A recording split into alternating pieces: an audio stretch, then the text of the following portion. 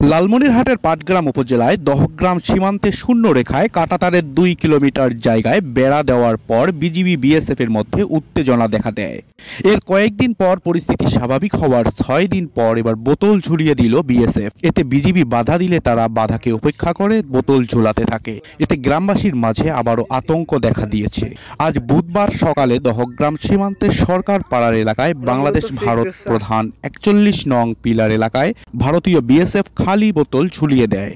এতে মানুষের মাঝে আবারও আতঙ্ক বিরাজ করছে। অপরদিকে বাংলাদেশি বিজিবি টহলে রয়েছে। দহগ্রাম আঙ্গরপোতা সরকার পাড়া সীমান্তে সীমান্তরক্ষী বাহিনী বিএসএফ শূন্য রেখায় কাঁটাতারের স্থানে ভারী অস্ত্র নিয়ে টহল জোরদার করেন। সন্ধ্যার পর থেকে উচ্চ মানসম্পন্ন লাইট ব্যবহার করে সার্বক্ষণিক মনিটরিং করছে বিএসএফ।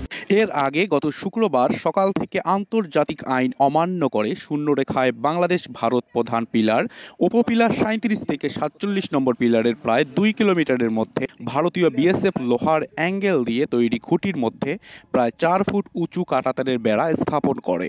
এর ৬ দিন পর আজ বুধবার ভারতীয় বিএসএফ আবারও সেই কাঁটাতারের বেড়ার বোতল ঝুলিয়ে দেয়। পরে বিজিবি ও সাধারণ মানুষ বাধা দিলে বিএসএফ কিছু অংশ বোতল ঝুলিয়ে দিয়ে চলে যায়। এই ঘটনায় আবারও সীমান্তের সাধারণ মানুষের মাঝে আতঙ্ক বিরাজ করছে। ৫১ বিজিবি অধিনায়ক লেফটেন্যান্ট কর্নেল সেলিম আল দিন বলেন, এটি নতুন কোনো স্থাপনা নয়।